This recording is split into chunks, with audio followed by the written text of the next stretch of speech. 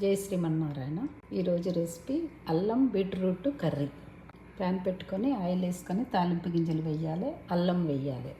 బాగా గోలాక పచ్చిమిర్చి, ఆనియన్స్ మీకు క్వాంటిటీకి తగ్గట్టుగా వేసి ఫ్రై చేయాలి. బీట్రూట్ని సన్నగా తరుక్కోవాలి.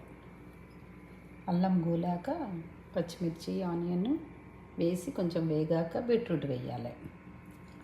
వేసి వేపాలి. వాటర్ పోయకూడదు, మూత పెట్టి సిమ్ మీద పెట్టి ఉడికించుకోవాలి. ఇది పిల్లలకి, పెద్దవాళ్ళకి అందరికీ మంచిది బీట్రూట్. ఈ అల్లం బాగా వేస్తానండి. ఇది నేను పచ్చిమిర్చి తక్కువ వేస్తాను, అల్లం ఎక్కువ వేసుకుంటాను. దానివల్ల టేస్ట్ చాలా బాగుంటుంది. అల్లం 2 స్పూన్స్ పట్టిందండి నాకు.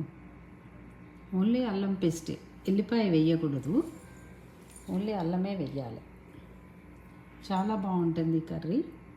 చపాతీకి బాగుంటుంది, దోశకు బాగుంటుంది, రైస్లోకి బాగుంటుంది.